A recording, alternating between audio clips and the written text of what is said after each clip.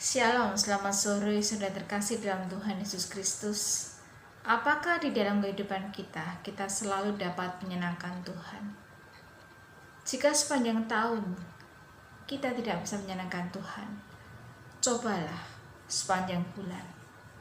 Jika sepanjang bulan kita tidak bisa menyenangkan Tuhan, cobalah selama 1 minggu. Jika sepanjang minggu kita tidak dapat menyenangkan Tuhan, cobalah sepanjang hari.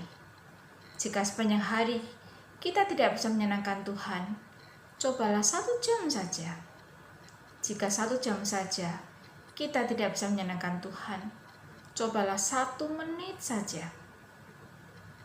Jika 1 menit tidak bisa menyenangkan Tuhan, maka cobalah detik demi detik. Pada kesempatan persekutuan Komisi Wanita Ester pada sore hari ini, mari kita semua menyatakan tekad kita untuk menyenangkan Tuhan di dalam detik demi detik kehidupan setiap kita. Mari bersama-sama sebelum kita masuk dalam renungan firman Tuhan pada kesempatan sore hari ini, kita merendahkan hati kita di hadapan Tuhan. Kita bersatu hati di dalam doa. Bapa di dalam kerajaan surga, Bapa yang begitu mengasihi setiap kami, pada kesempatan persekutuan Komisi Wanita Ester pada sore hari ini, kami bersama-sama ingin merenungkan satu tema, supaya di dalam hidup setiap kami menyatakan satu tekad keinginan untuk menyenangkan Tuhan melalui apapun yang kami lakukan di dalam kehidupan setiap kami. Tolong kami ya Tuhan, supaya hidup kami selalu ingin memuliakan Tuhan di dalam apapun yang kami lakukan di dalam hidup kami. Kami menyerahkan perenungan firman Tuhan pada kesempatan sore hari ini ke dalam tangan-Mu. Di dalam nama Tuhan Yesus Kristus kami sudah berdoa. Amin. Saudara terkasih dalam Tuhan Yesus Kristus, kita bersama-sama akan merenungkan satu tema, yaitu lakukan segala sesuatu untuk Tuhan. Dan kita akan membaca satu bagian firman Tuhan yang terambil dari surat Kolose, surat Paulus kepada jemaat yang ada di Kolose. Kolose pasal yang ketiga, kita akan membaca ayat yang ke-17, kemudian kita lanjutkan dengan ayat yang ke-23 dan 24. Firman Tuhan berbunyi demikian. Dan segala sesuatu yang kamu lakukan dengan perkataan atau perbuatan, lakukanlah semuanya itu dalam nama Tuhan Yesus, sambil mengucap syukur oleh Dia kepada Allah Bapa kita. Apapun juga yang kamu perbuat, perbuatlah dengan segenap hatimu seperti untuk Tuhan dan bukan untuk manusia. Kamu tahu bahwa dari Tuhanlah kamu akan menerima bagian yang ditentukan bagimu sebagai upah Kristus. Sebagai upah, Kristus adalah Tuhan dan kamu hambanya. Saudara terkasih dalam Tuhan Yesus Kristus, setiap manusia secara normal tentu menginginkan diuntungkan di dalam setiap hal yang kita lakukan. Kita ingin mendapatkan hasil yang terbaik di dalam hal apapun yang kita lakukan. Nah, di dalam masa-masa pandemi ini, suami saya mencoba untuk menanam sayuran dengan menggunakan metode aquaponik, yaitu kita menanam sayuran sembari memelihara ikan. Nah, di dalam hal ini, kita mencoba untuk menanam sayur kangkung dan memelihara ikan lele dengan menggunakan wadah semacam bak atau timba plastik. Nah, kemudian kita menutup bagian atas timba atau bak plastik ini dengan styrofoam. Dan kemudian styrofoam itu kita lubangi sebagai satu tempat botol atau gelas aqua, sebagai satu sarana untuk kita bisa menanam sayuran. Dan bagian bawahnya kita gunakan untuk memelihara ikan. Ketika kita menanam sesuatu atau memelihara sesuatu, tentu kita ingin mendapatkan hasil yang terbaik, yang menguntungkan setiap kita. Saudara terkasih dalam Tuhan Yesus Kristus, di dalam suratnya kepada jemaat di Kolose, secara khusus di dalam pasal yang ketiga, Rasul Paulus memberikan nasihat berkenaan dengan cara hidup sebagai manusia baru yang telah ditebus di dalam Kristus Yesus. Manusia baru mengalami perubahan di dalam hidup mereka secara pribadi maupun di dalam relasinya dengan Tuhan dan dalam relasinya juga dengan orang lain.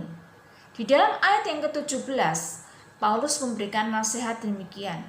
Dan segala sesuatu yang kamu lakukan dengan perkataan atau perbuatan, lakukanlah semuanya itu dalam nama Tuhan Yesus, sambil mengucap syukur oleh Dia kepada Allah Bapa kita.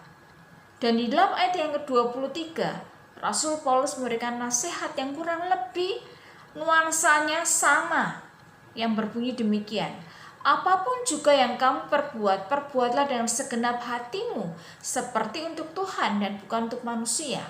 Saudara terkasih dalam Tuhan Yesus Kristus, seringkali orang Kristen itu berbicara tentang bekerja untuk Tuhan, melakukan pekerjaan bagi Tuhan, melakukan misi bagi Tuhan. Bagaimana kita menyikapi semua hal ini? Ketika Paulus memberikan nasihat, apapun yang kamu perbuat, perbuatlah dengan segenap hatimu seperti untuk Tuhan dan bukan untuk manusia. Apa artinya ini? Ketika kita melakukan pekerjaan untuk Tuhan, apakah itu hanya di dalam konteks kita terlibat di dalam pelayanan di gereja semata? Ataukah kita juga bisa melakukannya di tempat yang lain?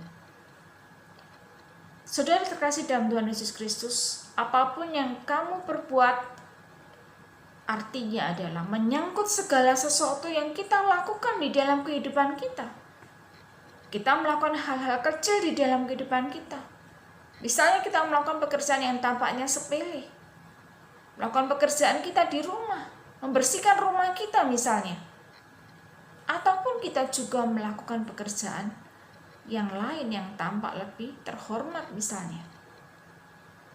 Nah, ketika kita melakukan semuanya itu, mari semua kita melakukan dengan segenap hati kita. Nah, kata segenap hati dalam bagian teks firman Tuhan ini dari kata Yunani exike, yang artinya adalah keluar dari jiwa kita.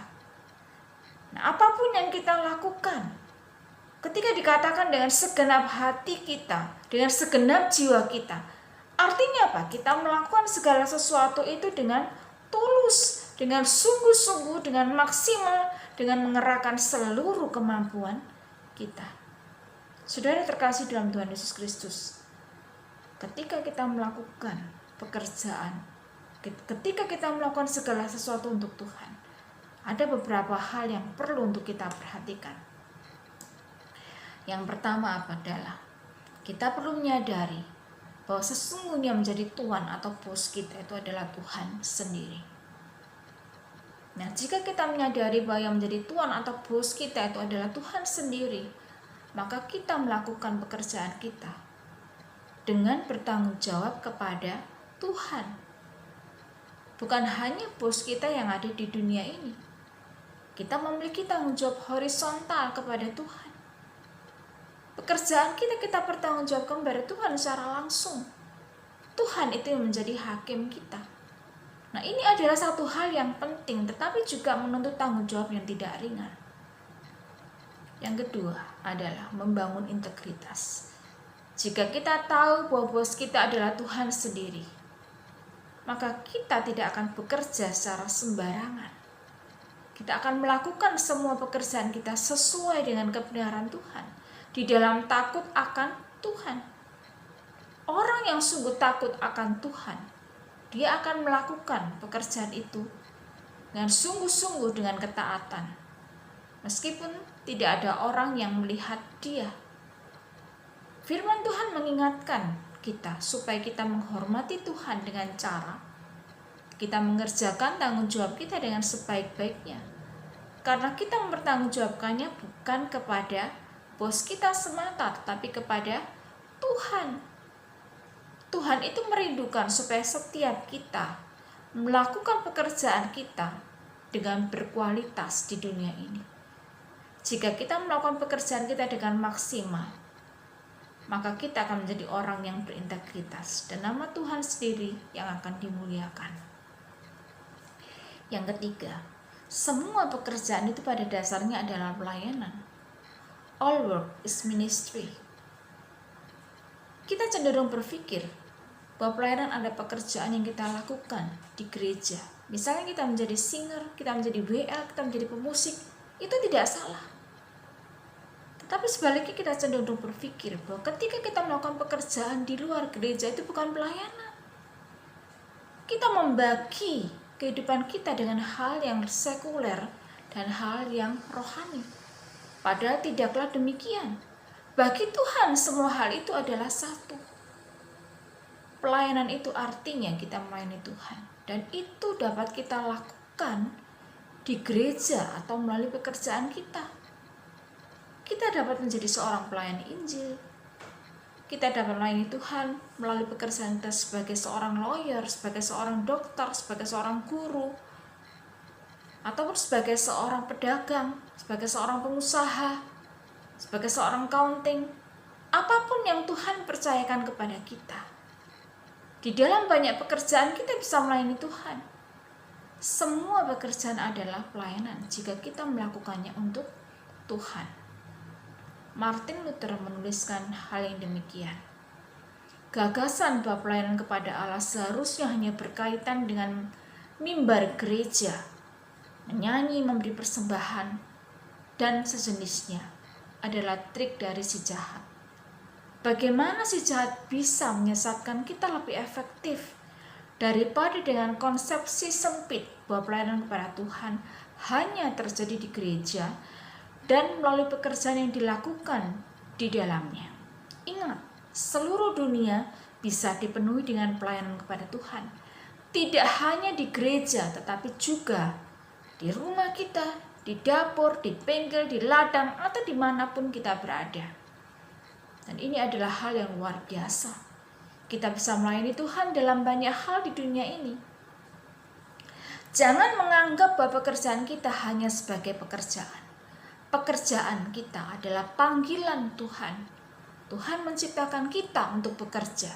Semua pekerjaan adalah pelayanan jika kita melakukannya di dalam takut akan Tuhan. Saudara terkasih dalam Tuhan Yesus Kristus, jika kita melakukan segala sesuatu untuk Tuhan, maka mari kita belajar melakukan hal yang kecil dari hati kita dengan kesungguhan, dengan ketulusan, dengan maksimal. Dan kita menyadari bahwa yang menjadi bos kita atau tuan kita adalah Tuhan sendiri. Mari bersama kita juga membangun integritas diri kita. Karena dari situlah Tuhan dimuliakan. Dan ingat, semua pekerjaan adalah pelayanan. Melakukan pekerjaan Tuhan artinya Tuhan yang dimuliakan. Kita semua memiliki tanggung jawab yang sama untuk memuliakan Tuhan. Roma 11:36. Sebab segala sesuatu adalah dari Dia dan oleh Dia dan kepada Dia. Bagi Dialah kemuliaan sampai selama-lamanya. Bila firman Tuhan ini sungguh menguatkan dan meneguhkan setiap kita. Tuhan Yesus memberkati kita semua.